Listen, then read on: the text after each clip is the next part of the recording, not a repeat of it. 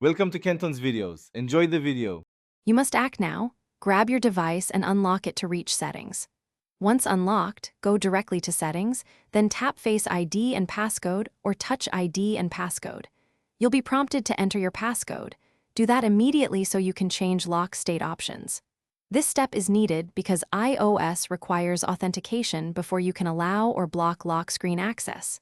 Make sure to proceed. There's no benefit to pausing. Once done entering your passcode, scroll to the Allow Access When Locked section. You will see a list. Find Control Center and flip the toggle on. This action lets Control Center be pulled down or up from the lock screen so you can access music, timers, airplane mode, and other controls without unlocking. Make sure to weigh the why. Enabling it speeds tasks, but it also exposes quick controls to anyone with physical access to your device. Now lock your device and test the gesture. Swipe down from the top right corner or up from the bottom on older models to open Control Center. If it doesn't appear, go back to passcode settings and confirm Control Center is still toggled on and allow access when locked.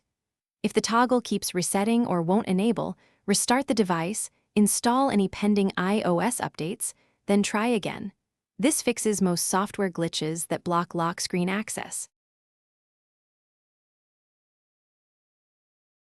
Thanks for watching. Consider subscribing if we helped you.